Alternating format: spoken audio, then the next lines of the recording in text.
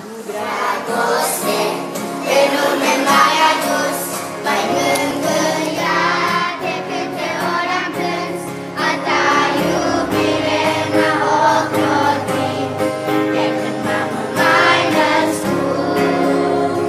Eram micuț, dar glasul ți-auzeam, mă încântai în brațe când dormeam, un glas duios mai anima și în șapte mai veghea. Câtă grijă și răbdare n-ați dormit de câte oare, câte dragoste mi-ai dat, mamico, când la piață am lăcrimat. Câtă grijă și răbdare n-ați dormit de câte oare, câte dragoste mi-ai dat, mamico, când la piață am lăcrimat.